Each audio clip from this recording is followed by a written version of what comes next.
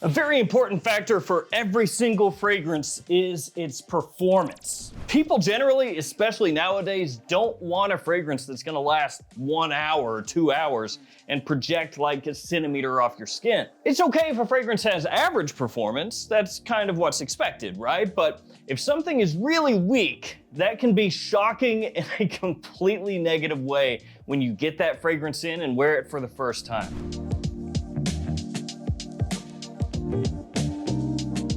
Hey friends, Ash here. Welcome back to Gents. Hope that you're doing well. Today I've got for you guys 10 different designer fragrances that shocked me in terms of its performance, both on the negative end and the positive end. So it's not all bad today. I've got 5 fragrances that are way weaker than I expected and 5 fragrances that outperformed what I expected. All of these are gonna be linked in the description below. Feel free to check them out down there. Let's jump straight into it. We're gonna kind of go back and forth. We're gonna seesaw. We're gonna go ping-ponging here. How many other ways can I say that? We're gonna go negative, positive, negative, positive, negative, positive. We're gonna start things off on the bad side of things with Dunhill Icon Absolute. Now I know this is not the most popular fragrance or fragrance line out there, but at one point in time when the first Dunhill Icon dropped, people thought that Icon had a potential hit on their hands. Presentation looks nice, classy, it's very heavy, and for the price point you could find this for, especially at discounters, it was a great buy in terms of the first one that kicked everything off. And this one was released hot on the heels of that initial release, the initial Icon.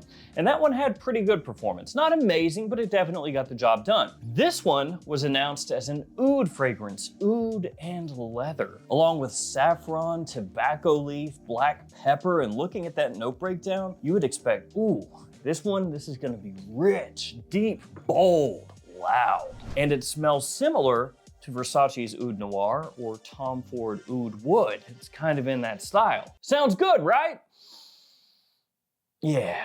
The performance on this one, pretty bad, especially for a fragrance of that style, which makes it even worse because it's the type of scent, you know, with those notes and smelling similar to those other fragrances that you'd want to wear when it's cold outside. And that's when you need something that's gonna really push, or at least a lot of people, that's what they're gonna be looking for, something that's strong, that cuts through the cold, that's gonna last a long time. Instead with this one, when you first spray it on, like I said, similar to Oud Wood in a lot of ways, has a nice warm, sexy spiciness, a little bit mature, but still well done, good quality. It seems, at least at first, that it's gonna project well. And what happens? It's fleeting. Pretty quickly, it starts to dissipate, becomes a skin scent. And nobody is looking for an oud leather tobacco scent that lasts like 2 hours. Maybe a little over-exaggeration, but as far as being a letdown, this one is in terms of performance. Which is a bummer because it was pretty affordable at discounters and you can still find it. And in terms of quality, in terms of how it smells, it's good. It's just not good enough. Let's go for something that's better, at least as far as performance. Gucci Guilty Elixir. Now this is expensive. Gucci Guilty Elixir is an elixir fragrance, so of course that means it's gonna be pricey, especially at full retail. And on top of that, it comes in a smaller than average bottle compared to the other Guilty releases. But in terms of quality, very high, so you do get what you pay for in that sense, and performance, very good. Now this maybe wasn't a big surprise, you know, having good performance because it does say Elixir on there, and at this point people expect an elixir fragrance to perform. But Gucci Guilty is not exactly a line that's known for beast mode performance, all day longevity, massive projection. It's usually a fragrance line that's more clean, easy to wear, very versatile, and has decent performance, but not massive. This one though, changed that. It smells kind of like Amouage Reflection Man with a little sprinkling of Pegasus from Parfums de Marly. So in that sense, it is a slightly more niche leaning scent profile for a designer fragrance overall. And it's one that took me a little more time to warm up to. Not that I disliked it initially or hated it or anything, but it's one of those ones that the more I've smelled it, the more I appreciate it. And for this type of scent, very, very good performance. All right, back to the bad side. Which one next? Let's do this one really quickly. Sauvage Eau Forte, or Eau Forte. That's what the Johnny Sauvage commercial showed me. Or I mean Johnny Depp. Sauvage Eau Forte. It's a feeling. Oh, okay, cool. Something like that, I don't know. It was a little while ago when I saw it. So this is the newest Sauvage, at least as of this video, and you guys have a general idea of how I feel about this one, especially for the price point. Whereas with Guilty Elixir, you're getting a good amount for your money. This one, I think, is pretty overpriced. About 200 bucks.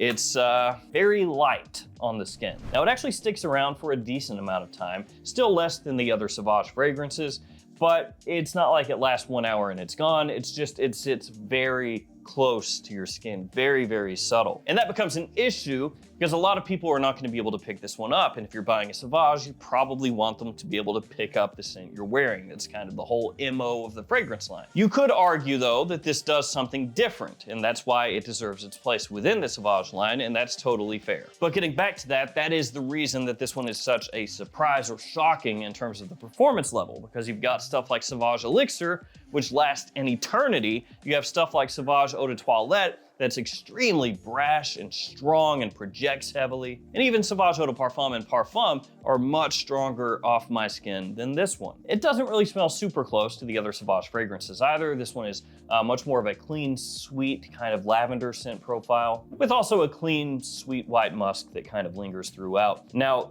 the reason that the performance is so drastically different here is because it's the fragrance with no alcohols. That's a great way of describing it. That'll really get that across. Alcohol has ruined my life. So that's the big selling point with this one, right? This one has no alcohol. It's an alcohol-free formula. So it should be better for your skin and stuff. Also looks like milk, which we've talked about 100 times. Don't drink this. But because of that changing of the formula, because they wanted to do something so different, so removed from what Sauvage has traditionally been, they came out with this. And in terms of performance, it's a big letdown unless you want something that is just very subtle, clean, and fresh. If you're after that, it could work really well for you, but then you kind of get stuck in that hole, but is it worth the price thing again? On to something better. In terms of performance, Eros Parfum. Now I know Eros is a fragrance line that projects well, that lasts a long time, going even to the Eau de Toilette. But the Parfum does things so well for me. It's a little bit smoother than the Eau de Toilette and the Eau de Parfum, but it still has that Eros DNA, that complement factor. It's richer, slightly more grown up, but still has a touch of a playful edge to it. It projects very well, but it's done in a way that's not quite as aggressive, not quite as cloying, potentially overwhelming. It's reined in a little bit while still making your presence known, and it lasts a really long time. To my own personal taste, between the EDT, the EDP, and the Parfum, I like this one the most, just as far as the overall scent profile goes. Maybe for some people, the Eau de Parfum is gonna be better if they want kind of a Goldilocks, splitting the difference between the Parfum and the Eau de Toilette. If you're just after more of a sweet, youthful take, the Eau de Toilette maybe is the best one for you. But this is just perfectly done as far as giving you something that does not fall into that Parfum trap of being a Parfum, but then it's actually the weakest of the bunch. Now you may say, what are you talking about? I'm talking about something like this. So this is Spicebomb Dark Leather. And I thought about putting in Bulgari Man in Black Parfum.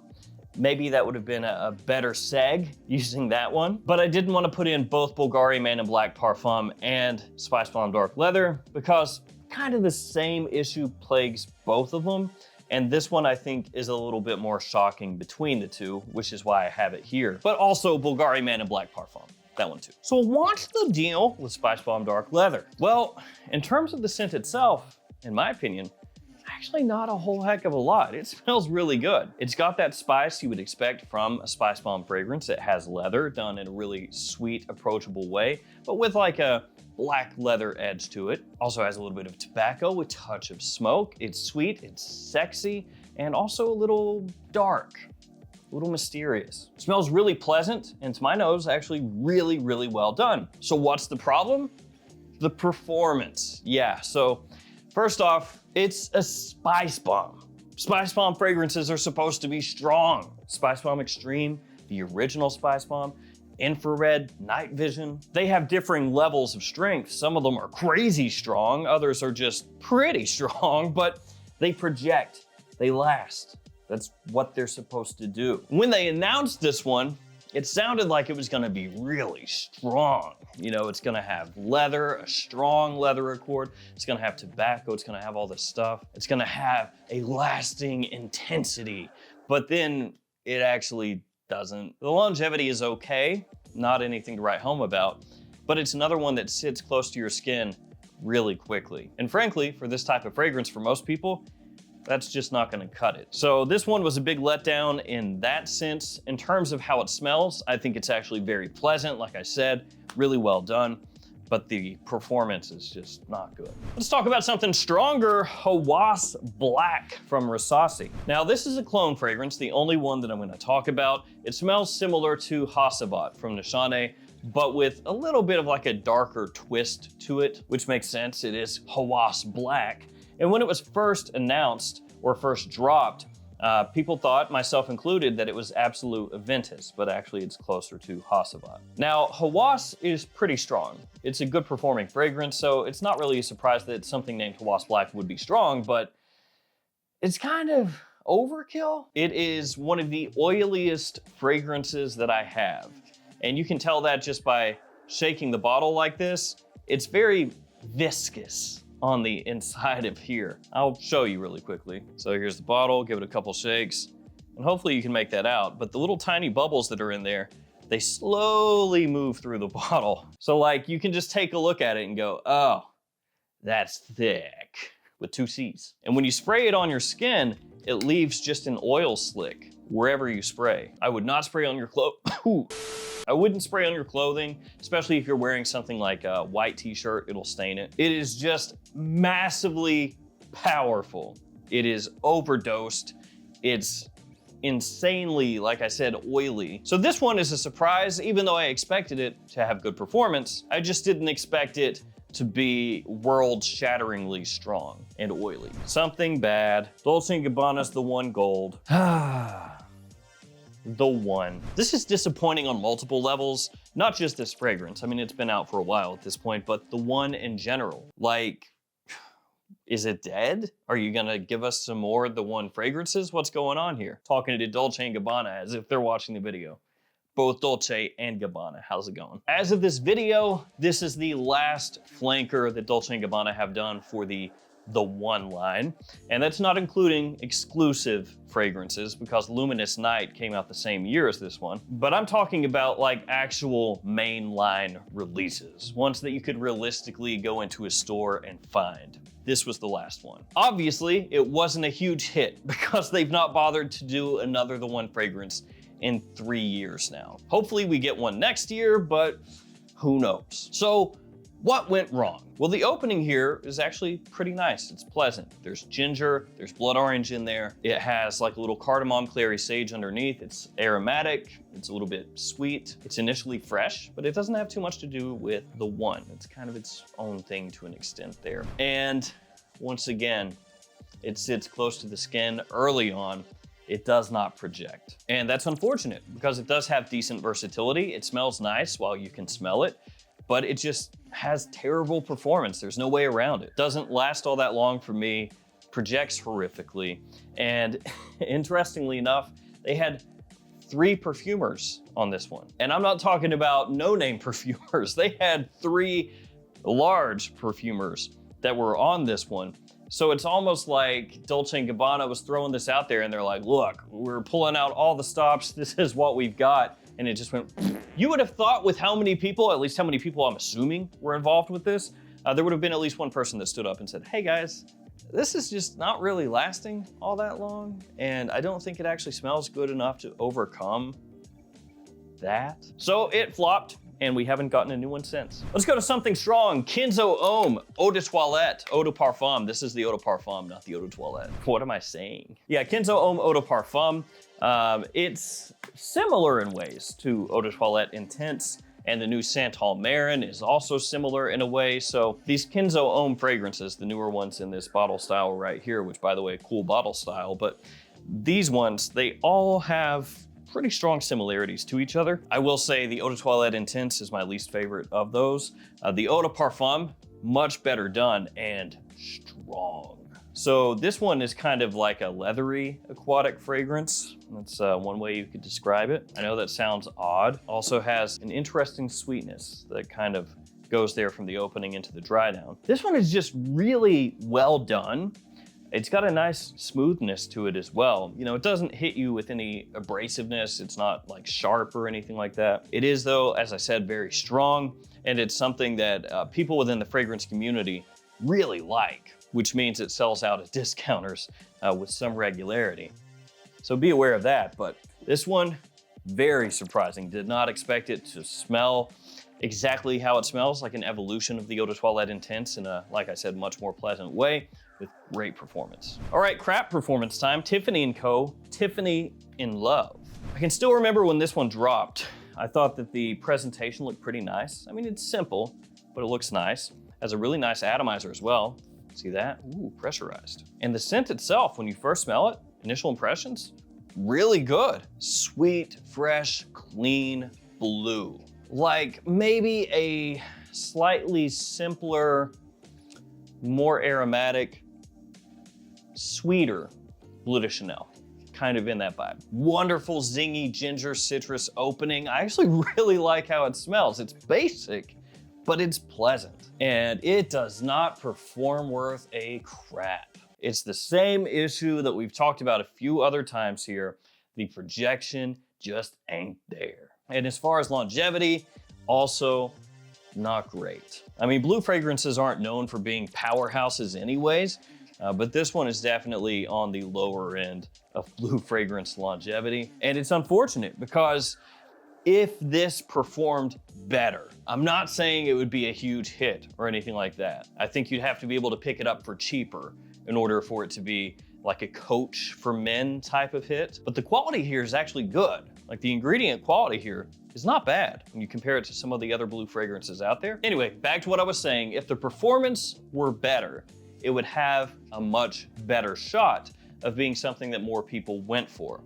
At full retail, it's not crazy expensive. It's like $120, still more expensive than Coach. But if you could find this at discounters for, I don't know, like 50 bucks, 40, 50 bucks, and it had better performance, I think it's one a lot of people would enjoy, a lot of people would wear. It does have a compliment factor. It is very appealing, like I said, but it's hard to justify the purchase when you know going in it's just not gonna last. And last but not least, the scent Elixir from Hugo Boss. Now, there's some fragrances I absolutely love from the scent line that are now gone. Stuff like Private Accord, which thankfully I did buy backup bottles of, and I'm talking big backup bottles. I was actually wearing it today. But the scent Private Accord did not have massive performance. Wasn't terrible, just not massive. And that's how most of the scent fragrances are. They perform pretty well, but they're not super strong until Elixir, which smells very similar to Magnetic that came before it. You know, a sweet fragrance, vanilla forward, but this one has pumped up performance. So people are gonna notice it more, it's gonna last longer, and it's kind of like coming full circle with the whole Elixir idea. Guilty Elixir was the first one with the really good performance, you know, from a line not known necessarily for that. Same thing here. I think the fragrance smells great. My wife absolutely loves it. And you may be thinking to yourself, well, surely elixirs are dying down, right? Like everybody has an elixir. But I believe next year we're gonna have even more elixirs still to come. Flankers, okay? Elixir flankers. That's the next big thing. So like instead of say Sauvage Elixir, Sauvage Elixir Profumo, Sauvage Elixir Absolute, something like that. I'm not saying necessarily Sauvage Elixir, that's a placeholder.